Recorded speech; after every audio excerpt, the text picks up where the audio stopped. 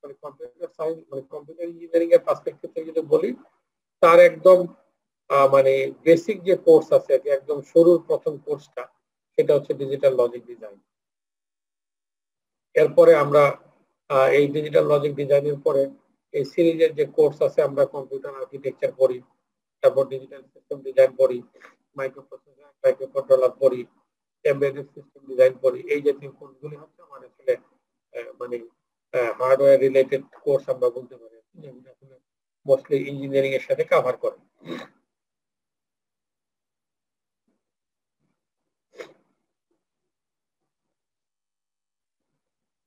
তো এই কোর্সের জন্য আমরা যে বইটা আমরা টেক্সট বুক হিসেবে আমরা পড়াবো, সেটা হচ্ছে digital logic design, Morris Mano, 5th addition.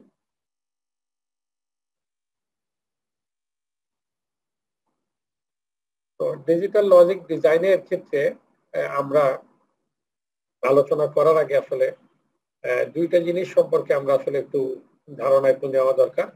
একটা হচ্ছে ডিজিটাল সিস্টেম আর একটা হচ্ছে অ্যানালগ সিস্টেম।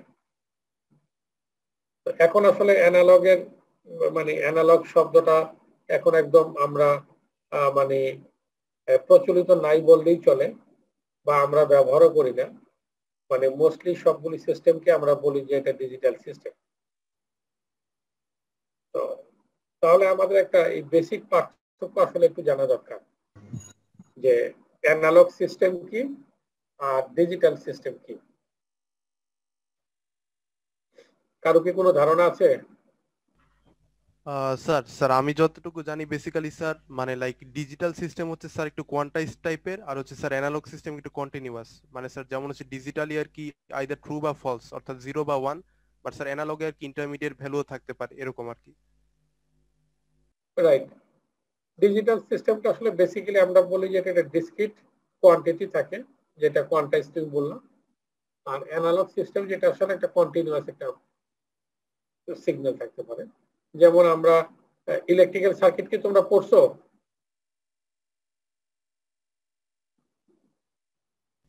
জি স্যার, মানে ইলেকট্রিক্যাল সার্কিট করছিল। ইলেকট্রিক্যাল সার্কিট এখানে সাইনোসোডিয়াল ওয়েভ ওয়েভ দেখেছো না? সাইনোসোডিয়াল ওয়েভ স্যার ছিল। হ্যাঁ, জি স্যার। এইটা একটা কন্টিনিউয়াস সিগন্যাল আর কি। এইটা হচ্ছে অ্যানালগ। আর এইটাকে যদি আমরা মানে বিভিন্ন পার্টে ভাগ করি, ছোট ছোট অংশ, ক্ষুদ্র ক্ষুদ্র অংশ ভাগ করি, তখন সেটাকে বলবো আমরা ডিজিটাল সিগন্যাল। তো আমরা এই ডিজিটাল লজিক ডিজাইনটা স্টাডি করার পিছনে বড় যেটা কারণ, যে আমরা এই ডিজিটাল লজিক ডিজাইনটা আর ভিতরে যে কনসেপ্ট, কোর কনসেপ্ট যেগুলি আছে, এই কোর কনসেপ্ট গুলি আমাদের ডিজিটাল সিস্টেম তৈরি করা এবং ডিজাইন করার ক্ষেত্রে কাজে লাগবে।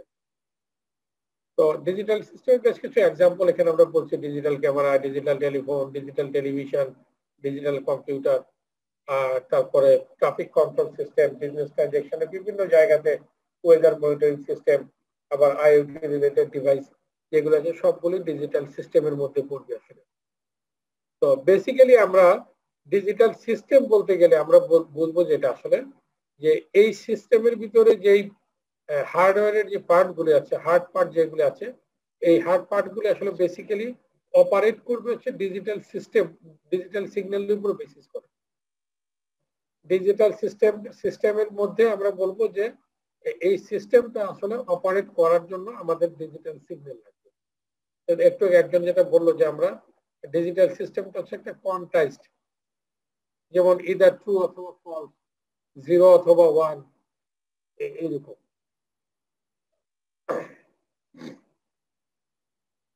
এক্সকিউজ মি স্যার, স্যার আমাদের জন্য একটু ক্লাসটা রেকর্ড করলে ভালো হতো।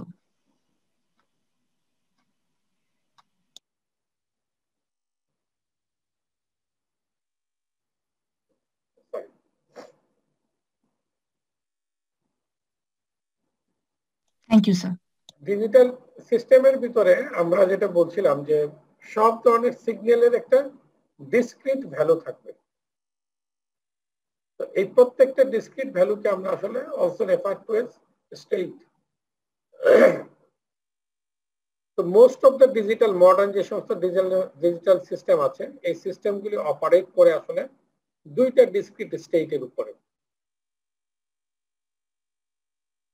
তার মানে আমরা যেটা বলছিলাম যে ডিজিটাল সিস্টেমের ভিতরে আমাদের সিগন্যাল গুলো যেগুলো থাকবে সেগুলি ডিসক্রিট ভ্যালু থাকবে। আর এই ডিসক্রিট ভ্যালু গুলিকে আমি বলতেছি স্টেট, আমরা বলতে পারি অলসো রেফার টু স্টেট। তো এই ডিসক্রিট ভ্যালু গুলি আসলে যেমন আমরা চিন্তা করতে পারতাম যে বিভিন্ন রকমের ডিসক্রিট ভ্যালু আছে, যেমন ধরো একটা ডিসক্রিট ভ্যালু আছে 0, একটা ডিসক্রিট ভ্যালু আছে 1, একটা ডিসক্রিট ভ্যালু আছে 5, একটা আছে 10, এরকম না। আমরা বলতেছি যে মোস্টলি আমরা ডিজিটাল সিস্টেমের ভিতরে দুইটা ডিসক্রিট স্টেট পাই। একটা ডিসক্রিট স্টেটকে আমরা বলতে পারি যে অন স্টেট, আরেকটা ডিসক্রিট স্টেটকে আমরা বলতে পারি অফ স্টেট। তার মানে একটা স্টেটকে আমি রিপ্রেজেন্ট করতে পারি 0 দিয়ে, আরেকটা স্টেটকে আমরা রিপ্রেজেন্ট করতে পারি 1 দিয়ে, অথবা একটা স্টেটকে রিপ্রেজেন্ট করতে পারি আমরা ট্রু দিয়ে, আরেকটা স্টেটকে আমরা রিপ্রেজেন্ট করতে পারি ফলস দিয়ে। যেহেতু এইটা দুইটা স্টেট নিয়ে আমরা চিন্তা করছি, এই জন্য এটাকে আমরা অনেক সময় বলি বাইনারি সিস্টেম অথবা বাইনারি লজিক সিস্টেম।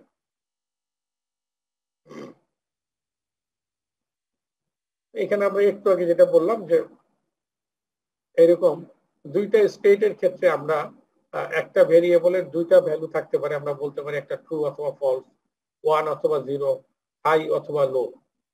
তো এর মাঝখানে আসলে কোনো কিছু আমাদের নাই।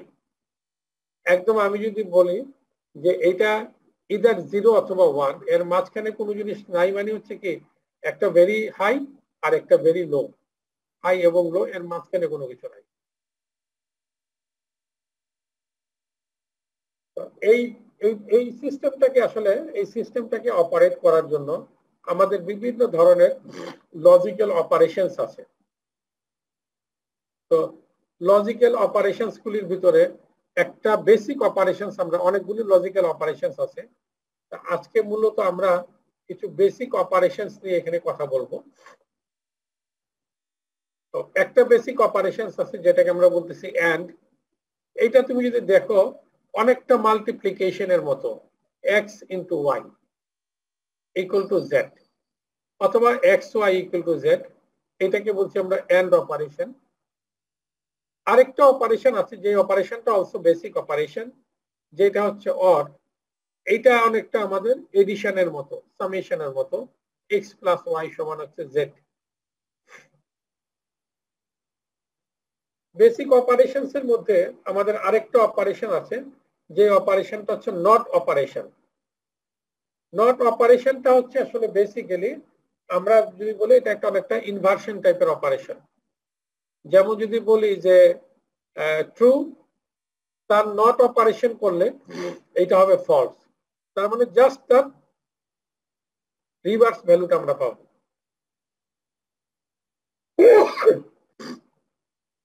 যদি থাকে হাই, তাহলে তার রিভার্স ভ্যালুটা পাবো হচ্ছে আমরা আসলে লো।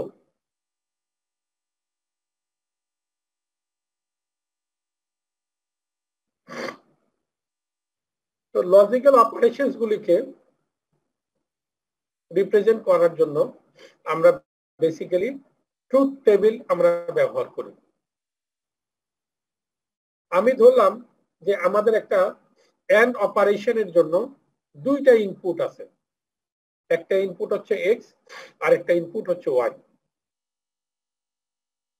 তো স্বভাবতই তোমাদের এখানে একটা প্রশ্ন আসতে পারে যে এখানে কি শুধু দুইটা ইনপুটই হবে সবসময়, নাকি দুইয়ের অধিক হতে পারে?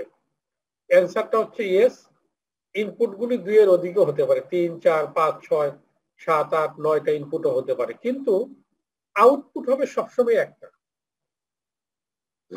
ইনপুট যাই হোক না কেন, ইনপুটের সংখ্যা দুইয়ের অধিক যতটাই হোক না কেন, আউটপুট কিন্তু সবসময় আমরা একটা পাবো।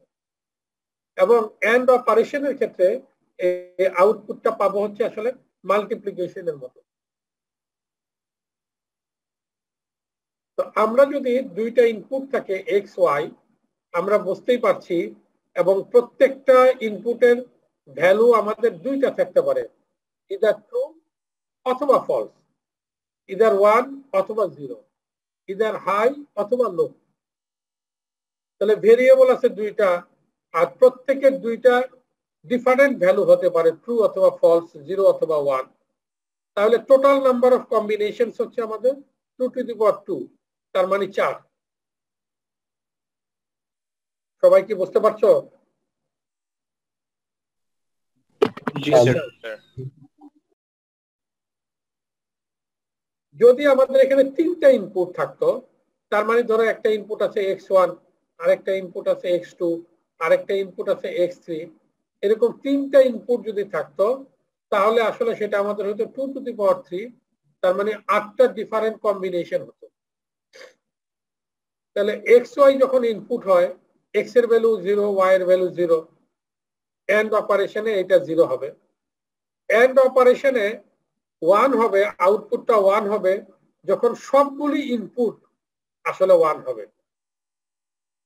যেহেতু আমরা দেখছি যে and operation is very much similar with multiplication, গুণের মতো।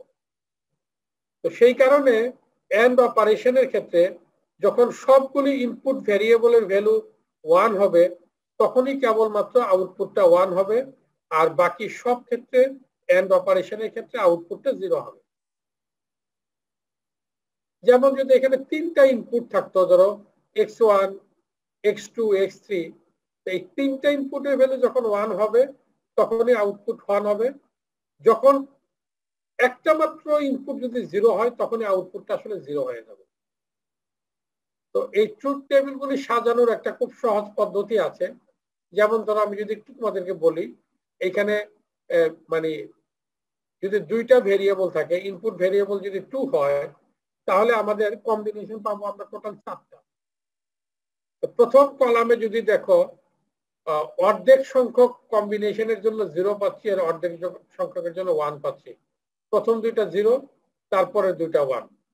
তারপরের কলামে যদি দেখো প্রথমটা 0, তারপর একটা 1, তারপর একটা 0, তারপর একটা 1। তো যদি আমাদের 3টা হইতো তাহলে ধরো টোটাল নাম্বার অফ কম্বিনেশন কয়টা হইতো 3 এর জন্য ইনপুট? স্যার 8টা। 8টা। 8টার ক্ষেত্রে যেটা হইতো, প্রথম কলামের প্রথম 4টা হচ্ছে 0, দ্বিতীয় 4টা হচ্ছে 1।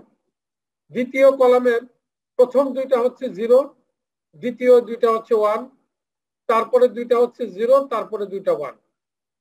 তৃতীয় কলামে যে প্রথমটা 0, তারপর একটা 1, এইভাবে আমাদের অল্টারনেট করে যেত। সবাইকে এটা ক্লিয়ার হয়েছে? জি স্যার। জি স্যার। তো এইটার একটা সুবিধা হচ্ছে যে তুমি ট্রুথ টেবিল ফিল আপ করার সময় তোমার আসলে একটু চিন্তা কম করতে হবে। তুমি এই নিয়মটা মনে না রাখলেও বা এই টেকনিকটা তুমি যদি মনে নাও রাখো তাও তোমার অসুবিধা নেই। ইউ ক্যান মানে complete the truth table. But কিন্তু কিছু কিছু জায়গাতে হয়তো তোমার একটু চিন্তা করতে হবে যে কোনটা লিখলাম, কোনটা বাদ পড়ে গেছে। যদি মানে 4টা ইনপুট থাকে তখন আমাদের হবে 16টা, 2⁴। 5টা যদি ইনপুট থাকে তাহলে হবে 32টা। তো 32টা কম্বিনেশন লিখতে গেলে তোমার কিন্তু একটু এই দিক সেদিক হয়ে যাওয়ার সম্ভাবনা থাকবে। আর তুমি যদি আমি যে টেকনিকটার কথা বললাম এটা যদি মনে রাখো তাহলে যেটা হবে যে তুমি একদম ডিরেক্টলি চোখ কান বন্ধ করে তুমি লিখে দিতে পারবা।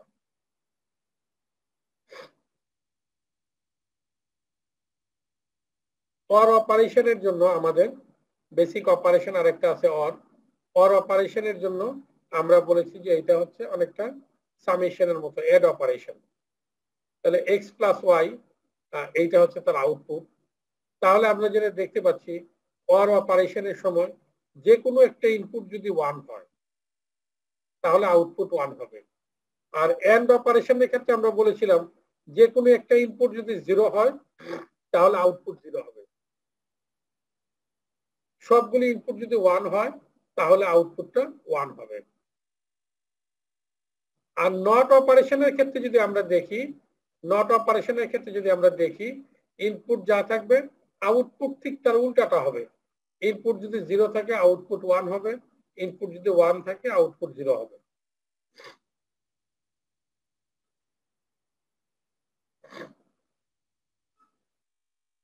তো আমরা একটু আগে ট্রুথ টেবিলের ভিতরে যে অপারেশন গুলি দেখলাম, লজিক্যাল অপারেশন, এইটা হচ্ছে লজিক্যাল এন্ড, লজিক্যাল অর এবং লজিক্যাল নট। তো তোমাদেরকে একটু কাইন্ডলি বলছি, আমরা লেখার সময় কিন্তু এই সিনট্যাক্সটা আমাদেরকে মেনটেন করতে হবে। এন্ড যদি আমরা লিখি, ছোট হাতের এন্ড যদি লিখি তাহলে সেটা লজিক গেট হবে না, এটা ইংরেজি শব্দ এন্ড হবে। তো আমরা যদি লজিক গেটকে বোঝাতে চাই তাহলে ক্যাপিটাল লেটারে আসলে এন্ড লিখতে হবে, ক্যাপিটাল লেটারে অর লিখতে হবে, ক্যাপিটাল লেটারে নট লিখতে হবে, সবগুলি ক্যাপিটাল, একটাও আসলে স্মল লেটার হবে না। সবাই কি আমার কথা বুঝতে পারছো ভাই?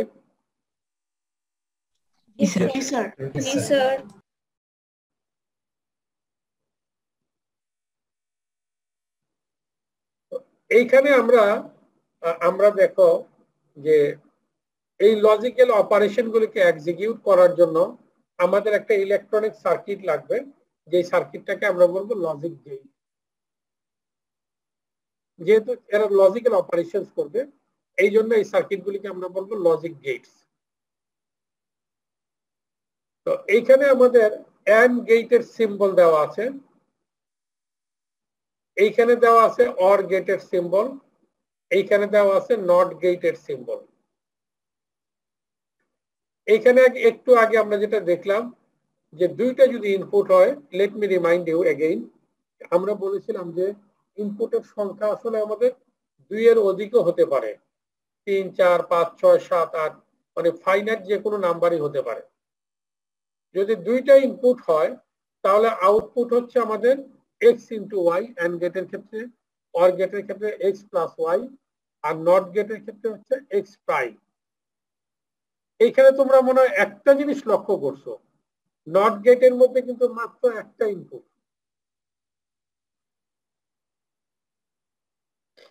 জি স্যার। নট গেটের মধ্যে মাত্র একটা ইনপুট। আমার মনে হয় যে আজকে আমরা এই জায়গাতেই একটু শেষ করব। তো আমি সবাইকে আসলে স্বাগত জানাচ্ছি এই কোর্সে। আমরা আশা করছি যে যদি মানে পরিস্থিতি স্বাভাবিক হয় এবং সরকার বিশ্ববিদ্যালয়গুলি ওপেন করে, তখন আমরা ডেফিনেটলি মানে অফলাইনে ক্লাস করতে পারবো। তার আগ পর্যন্ত আসলে আমরা অনলাইনে কার্যক্রমগুলি আমরা চালাবো। তো এই সেমিস্টারের পরীক্ষা সংক্রান্ত বিষয়গুলি এখনো আসলে ফাইনালাইজ করে নেই, তাই না? টার্ম ফাইনাল পরীক্ষা কিভাবে হবে বলছে? না স্যার, এখনো তো অফিসিয়ালি জানানো হয়নি। হ্যাঁ, অফিসিয়ালি এখনো জানানো হয় না, যেহেতু কিছুটা মানে মানে আনসার্টেনিটির ভিতরে এখনো আমরা আছি, তো অফিসিয়ালি জানানো হয় নাই। তো আমি সবাইকে আসলে বিনীত অনুরোধ করব যে এইটা আমরা সবাই নিজে দায়িত্বশীল হয়ে আমরা অনলাইনের ক্লাসগুলিতে আসলে অ্যাটেন্ড করব। ক্লাসগুলিকে আমরা একটা নিরিবিলি জায়গাতে, আমার ঘরের একটা নিরিবিলি জায়গাতে বসে আমি ক্লাসগুলি করব, রেগুলার ক্লাসগুলি করব। এবং খুব রিলেটিভলি খুবই সহজ সাবজেক্ট আমাদের, যেহেতু এটা একদম প্রথম কোর্স আর কি, আমাদের হার্ডওয়্যার রিলেটেড প্রথম কোর্স। তো আমার মনে হয় না যে এটা আমাদের কারোর জন্য খুব একটা অসুবিধা হবে। আমরা ইনশাল্লাহ সহজে এটাকে মানে তার যে ধারণাগুলি, কনসেপ্ট যেগুলো আছে সেগুলি আমরা ক্যাপচার করতে পারবো আর কি। তো সবাই একটু কাইন্ডলি বইটা কালেক্ট করে নিও আর কি। আজকে তাহলে আমি এই জায়গাতে শেষ করবো আর কি। স্যার বইয়ের নামটা কি আরেকবার দেওয়া যাবে? হ্যাঁ হ্যাঁ, আমি আবার দিচ্ছি।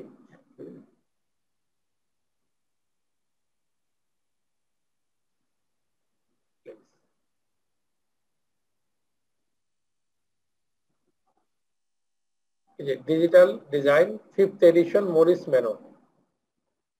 Thank you sir.